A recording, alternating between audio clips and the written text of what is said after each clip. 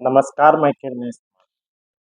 वक्फ संशोधन विधेयक लोकसभा के बाद राज्यसभा से भी 3 अप्रैल को रात में 2:32 पर पारित हो गया। राज्यसभा में विधेयक के पक्ष में 128 वोट पड़े तो विपक्ष में 95। इससे पहले 2 अप्रैल को विधेयक पर लोकसभा में चर्चा हुई थी और मतदान हुआ था। लोकसभा में भी देर रात तक चर्चा हुई और विधेयक के पक्ष में 288 वोट पड़े थे तो विपक्ष में 232। इस विधेयक को लेकर पूरे देश में राजनीति उबाल है, जहां सत्ता पक्ष विधेयक के माध्यम से पसमानदा मुसलमानों और महिलाओं को अधिकार देने की बातें कर रहा है, वहीं मुस्लिम संगठन और विपक्ष इसे संविधान पर हमला करार दे रहा है।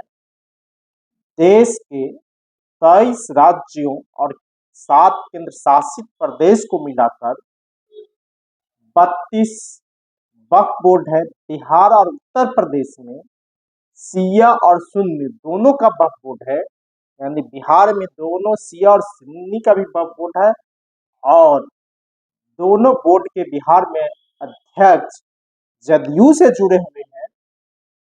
आरोप है कि पहले लोग चुनाव से आते थे, अब सरकार मनोनीत करेगी, तो इस लिहाज से भी विवाद जमकर चल रहा है और पूरे देश में वक्फ बोर्ड की निबंधित 8,72,000 प्रॉपर्टी है।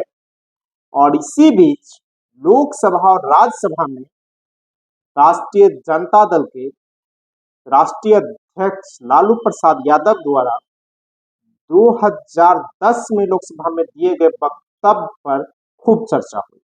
राजद सुप्रीमो ने 2010 में कहा था कि वक्फ बोर्ड को और मजबूत किया जाए और इसकी जो संपत्तियां हैं, प्रॉपर्टी है, इसको लोग बेच रहा, इस पर इमारतें बन रही है और इस पर कड़े कानून लागू करने की उसने बात की। लेकिन मौजूदा केंद्र सरकार कह रही है कि लालू जी की बात को मैं मान रहा हूँ, लेकिन लालू प्रसाद यादव ने इसमें गैर मुस्लिम को अध्यक्ष बनाने की समिति में शामिल करने की बात नहीं की थी और जो उस पर छीने जा रहे थे उसकी उसकी बात नहीं करते, उसको और मजबूत करने की बात कर रहे थे।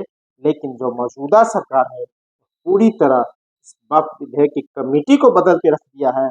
इसमें 10 मुस्लिम रहेंगे, 2 महिलाएं रहेंगी और 11 अन्य होंगे। कुछ 23 व्यक्तियों की कमेटी होंगी और कमेटी ही अब डिसीजन लेगा कहाँ क्या करना है। केंद्रीय गृह मंत्री अमित शाह ने लोकसभा में चर्चा के दौरान कहा था कि वक्फ बोर्ड की इतनी संपत्तियां हैं, इसके बावजूद 126 करोड़ ही साल में आमदनी होती है। पूरा वह लूट खसोट है, बंदर बांट है। सत्ता पक्ष का आरोप था कि हर राज्यों में वक्फ बोर्ड में घोटाले के मामले आए हैं, वहाँ पर जांच चली है, सीबीआई जांच तक की मांग की है, कोर्ट में मामले हैं, इसलिए हम इसे और मजबूत करने के लिए ला रहे हैं। वहीं विपक्ष का आरोप है सरकार वक्फ बोर्ड की संपत्तियां अडानी अंबानी को देना चाहती है, अपने पूंजीपति मित्रों को देना चाहती है, इसलिए यह कानून लाई है। और पदाधिकारी इसके अध्यक्ष रहेंगे, डीएम कमिश्नर रहेंगे तो फैसला लेंगे, सरकार के हित में पक्ष लेंगे, फैसला लेंगे और सरकार जो चाहेगी वही फैसला होगा। और इस दौरान राज्यसभा में कांग्रेस के इमरान प्रताप गढ़ी ने भी जमकर सरकार पर तीखा हमला बोला और कई सवाल खड़े किए गए और सत्ता पक्ष और विपक्ष के बीच सदन में जमकर तीखी नोक झोंक भी देखने को मिली। और इस पूरे चर्चा के दौरान केंद्र बिंदु के रूप में राजद सुप्रीमो लालू प्रसाद रहे। हालांकि राजद सुप्रीमो अभी दिल्ली के हॉस्पिटल में इलाजरत है। इसके बावजूद 2 दिनों तक जब राज्यसभा और लोकसभा में वक्फ विधेयक पर चर्चा होती रही तो केंद्र बिंदु लालू प्रसाद यादव रहे। और 2010 में पटना के डाक बंगले चौराहे पर वक्फ बोर्ड की भूमि पर जो अपार्टमेंट बने हैं, बड़ी बड़ी इमारतें बनी हैं, इसका सवाल लालू प्रसाद ने उठाया था और इसको अतिक्रमण मुक्त करने की बात कही थी। इसको जो अवैध रूप से बेचे जा रहे हैं उस पर रोक लगाने की बात कही थी। यह नहीं कहकर इसमें जो भारतीय जनता पार्टी और केंद्र की मौजूदा सरकार है, जो अपने एजेंडे के अनुसार वक्फ बोर्ड कुछ सवाल के लिए विधेयक लेकर आए और विधेयक अब पारित हो गया, अब राष्ट्रपति के पास भेजा गया और कानून बनना भी तय है।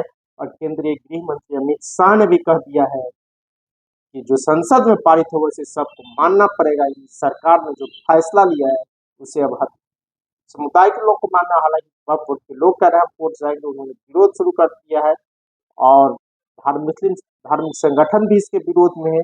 और सबसे ज्यादा जदयू में मुस्लिम नेताओं के इस्तीफे की तांता लगा हुआ है। जदयू विधान पार्षद गुलाम गौस भी पिछले दिनों राजद सुप्रीमो में लालू प्रसाद से मिले थे और यूं कहिए छोटे से बड़े मुस्लिम नेता है जो जदयू में है, अब ये इस्तीफा कि वहां दौर शुरू हो गया और मुख्यमंत्री नीतीश कुमार पर इस बिल के समर्थन देने के खिलाफ लोग बोलने लगे हैं।